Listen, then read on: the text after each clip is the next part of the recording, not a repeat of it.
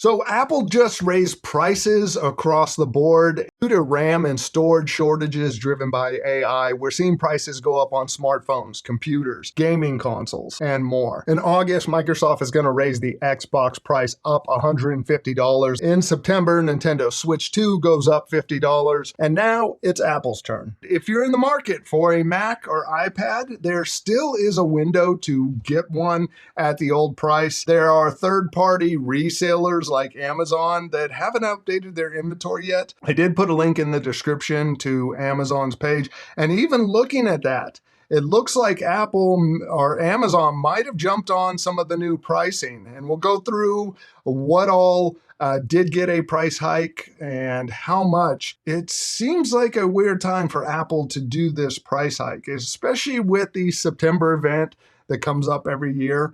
They could have waited to refresh the whole lineup and raise prices then. I think everybody kind of expects some price hikes at this point, but they decided not to. So let's dive into what all saw a price hike. And some of them I think are going to backfire. They definitely were a bad to increase prices on. And we'll talk about what products those are, along with some rumors on some additional price hikes. Apple announced June 25th that they were going to raise prices on the MacBook Pros, the iPads, and pretty much everything in their lineup. Tim Cook did talk about that the price increases had simply become unavoidable amid skyrocketing component cost. Apple has a high profit margin, so it's easy as consumers to go, well, just eat into that profit margin.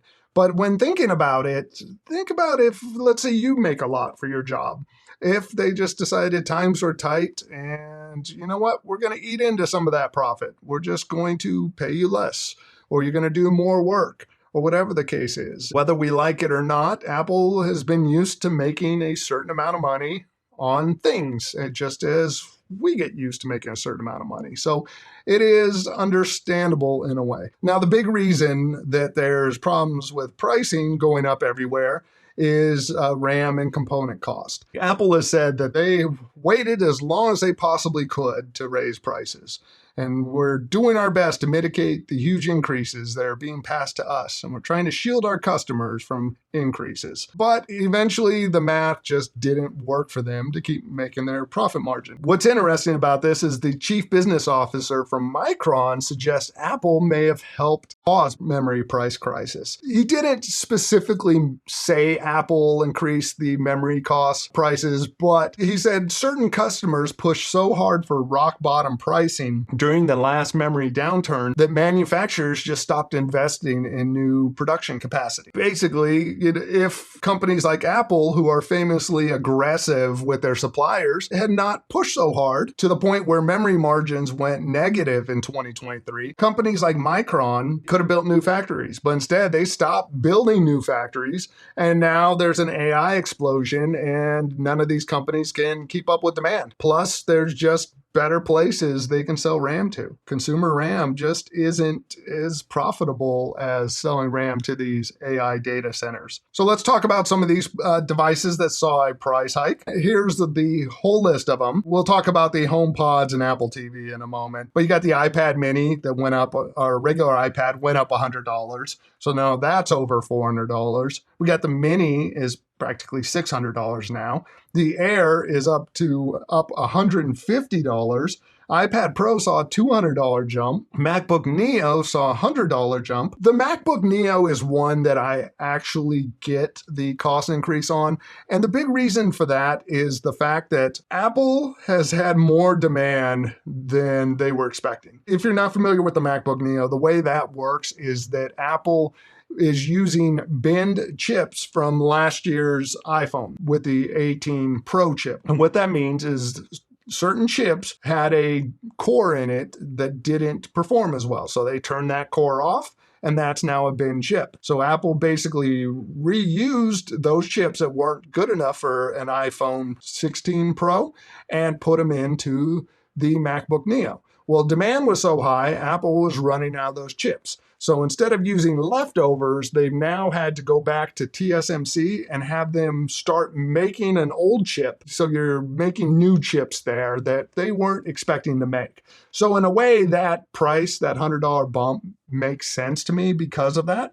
But the rest of the lineup, you have the MacBook Air went up $200. And that's where, looking on Amazon, I think since Prime Days ended, that has gone into effect. Yep. Here is the MacBook Air that 2 days or a day ago was $1,099. And I think it was actually $950 at that point. But now it is at $1,299. With some of this stuff, definitely go through and check. I'll put the link in the description so you can visit Amazon and see if anything you're looking for has seen a price increase. Let's look at a couple other things. Some of the biggest jumps, though, come to the MacBook Pro lineup. They're jumping $300. Mac Mini's up $200 for the M4 Pro. The Mac Studio with the Ultra saw a $1,300 bump. And the Vision Pro, $200. That is one that is just silly to me. The fact that Apple raised the price on the Vision Pro, a device that market adoption has been horrible on, and yet they're bumping the price up $200. That's just silly. That leads me back to the HomePod Mini. The HomePod Mini is seeing a $30 increase, bring it to $129.99. The HomePod is $50, bringing it to $349. The Apple TV saw a $70 increase, and if you want it with Ethernet, it now costs $250. All three of those products are the biggest mistake in upgrading the pricing, in my opinion. The smart home adoption has been horrible for Apple. So if you're going to eat into profit margin, why not do it on the HomePod Mini and the HomePod? Because both of those are devices that the equivalent from Amazon have already seen little price hikes. So it is really silly that they did that. Then you look at the Apple TV going from $129 to $200. You have Fire TV sticks that cost $30. These are three products that Apple should have left alone, which is just silly that they haven't done that. Now, speaking though of products that they did leave alone, as of now, the AirPods haven't saw a price increase, and the iPhone hasn't seen a price increase.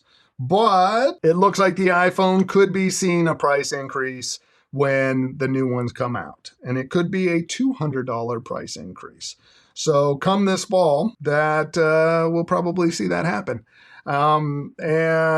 Saying in here, predictions was a $100 increase for the 18 Pro and Pro Max, and a $50 increase for the base models. Those were the prior rumors on it. But now, with these current price increases, I'm going to say it probably will go up about $200. And along with that, the foldable iPhone is probably going to be close to $2,500 now. So $2,499, and with higher storage tiers going up to $3,000. I typically use the iPhone upgrade program. I'm probably not this year. I'm going to stick with my 17 Pro. I am planning on getting the iPhone Fold. I want to see what that's like. I feel bad for anybody who's been waiting for back to school days to buy any new Mac stuff because of the hike in prices. I mean, I'm glad I got the Neo when I did. Look at going to Costco or Best Buy. You might still be able to find some of these devices on sale. With the iPad Pro, there's no rumored iPad Pro coming in the fall.